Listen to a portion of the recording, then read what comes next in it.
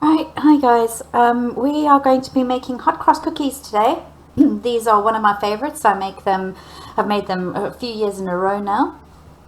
They're delicious, and you can substitute anything that you want. So for example, the first thing I'm going to show you is I didn't have any white chocolate chips. I've only got chocolate chips, which you can use, but they're more expensive than chocolate. So if you don't have chocolate chips, or if you want to budget, you can just get a slab of chocolate like this, and then what you do is you're going to just try and keep it in the same place, because you want chunks, guys. You don't want tiny pieces, and you're going to move along the chocolate. And it doesn't have to be accurate, it doesn't have to be perfect. In fact, some bigger chunks and some smaller chunks, absolutely fine.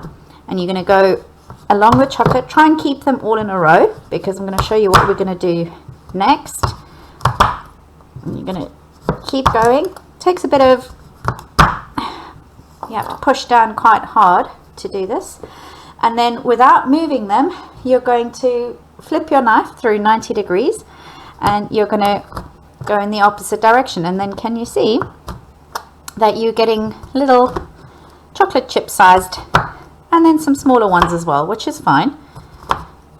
And you're going to keep going all along the line, and then any bigger pieces, like really chunky pieces, you can just do on their own. And there we go. Alright, so I'm going to clear that up, and then we're going to start the recipe. Alright guys, so I have all my ingredients ready, but I just wanted to talk you through a few things before we started. Now, I like my hot cross cookies spicy. On your recipe, you've just got cinnamon, but I like them to taste more authentic to hot cross buns. So I add some mixed spice, and I add some ginger. So mixed spice you can find in any supermarkets, as well as ginger, and just use a small amount of those. I've only got just over a quarter teaspoon of both of those, and I like cinnamon, I love cinnamon, so I've got 2 teaspoons of that. So you can also do that. Now I am going to be using my stand mixer for this recipe, but you can use your hand mixer, an electric hand mixer, and you can use a wooden spoon, guys. So if you don't have electric mixers and things like that, you can absolutely make these without any special equipment. So we're going to put the butter in here, and I'm going to put the sugar. Now I've got light brown sugar, but again, you can use any sugar that you have at home. You can use granulated sugar, caster sugar, doesn't matter, guys. And then I'm going to crack an egg, and remember, we're going to crack it to the side.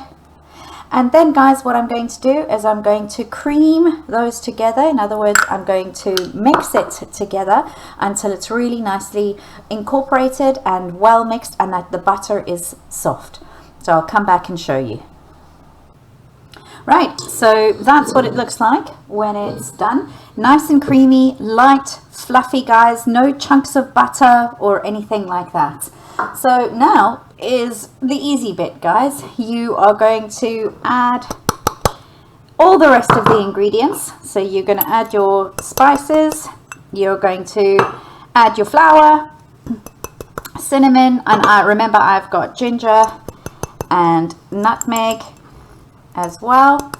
And then you're going to add your chocolate chips, and I have got cranberries, just because we love cranberries, and cranberries and white chocolate are really excellent together. So I'm going to add those. Now I've chopped the cranberries up just a little bit, because they tend to be much bigger than raisins. So that's all I've done with that one. Now the other thing that I wanted to show to you is how to make sure that you've got the correct amount of baking powder. Now if you've got one of these, you can see that on one side of the lid there's a straight edge here. Now that straight edge is so that you can measure out your baking powder, and you get your baking powder into your teaspoon and then run it along the top like that to make it flat. Just got to get that last little bit in there, right, to make it flat, because we always use flat teaspoons.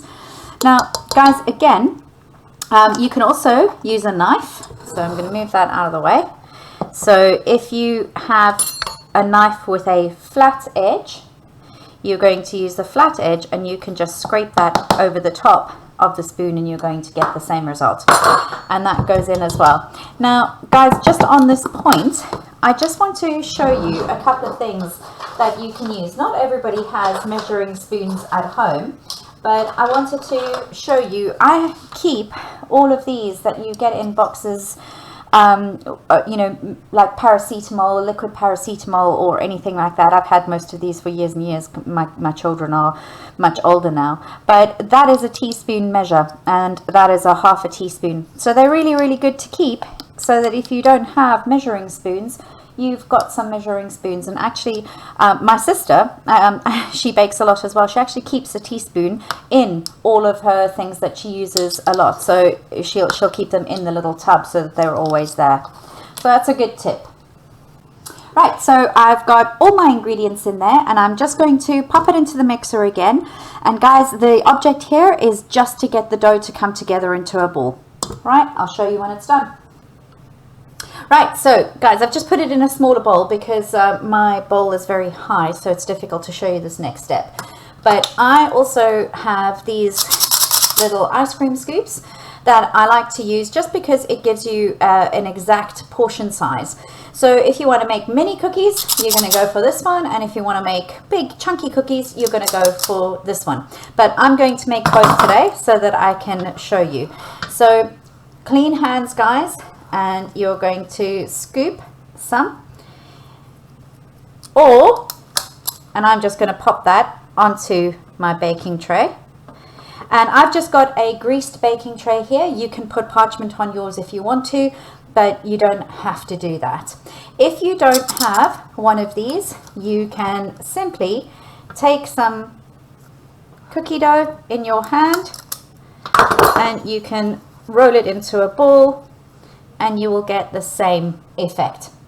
Try and get them as even as you possibly can, but again guys, this is rustic, this is homemade, so it doesn't matter what they look like. So I'm going to carry on doing that. Right, that's done. And then all I'm going to do is, you can use a spoon, but I find fingers just as good. You're just going to squish them down just a little so that you are flattening them around from domes, right? And then they're going to go into the oven for about 10-15 minutes, and I'll show you what they look like when they come out. Right, while those are in the oven, we are going to make our icing. And when you are making, we're calling this icing, we call it a glacé icing. And it's made just with icing sugar and water, or you can make it with icing sugar and lemon juice, or icing sugar and orange juice, apple juice, anything like that. But you have to be careful. Icing sugar absorbs a lot of water, and it can become too liquid. So we're going to start off with about half a tablespoon of water, and don't be tempted to add any more until you see how far that liquid goes, right? So you'll see the icing sugar sort of melts and dissolves really, really quickly. Definitely going to need another half tablespoon. Pop that in. And this is where you really need to start getting all the powder from the outside to come in. Might need maybe half a tablespoon, maybe a little bit less. Right, so I'm going to go for that. Be careful of adding too much liquid, because to fix it, to make it less runny, is going to take an awful lot of icing sugar. So it's better to be very careful in the beginning and not to add too much water as you go. Right, now you want quite a stiff consistency, right, because you want it to be pipeable, but you also don't want it to come off the cookies themselves. So you can see already, so that was maybe just over a tablespoon of water, and that was 100 grams of icing sugar, guys. So let's see, if we lift that up now, actually we're almost there. We just want it slightly less, so I'm going to add a couple of drops of water. There we go. And I think we're there. We don't want it any more liquid than that.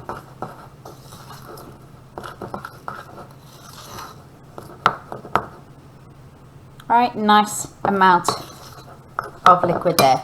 Now I am going to use a piping bag, so if you've got some piping bags at home, then please feel free to use them, but you can use anything, guys. If you have a look on my channel, you can see there is a video there on how to make a piping bag out of parchment paper, and you can use any paper really, but parchment paper is best, or you can just simply use a plastic bag like this and just squish the icing, which I show you in the other video as well. So you can use anything for a piping bag, or you can simply use the spoon and drizzle the icing over the top of the cookies.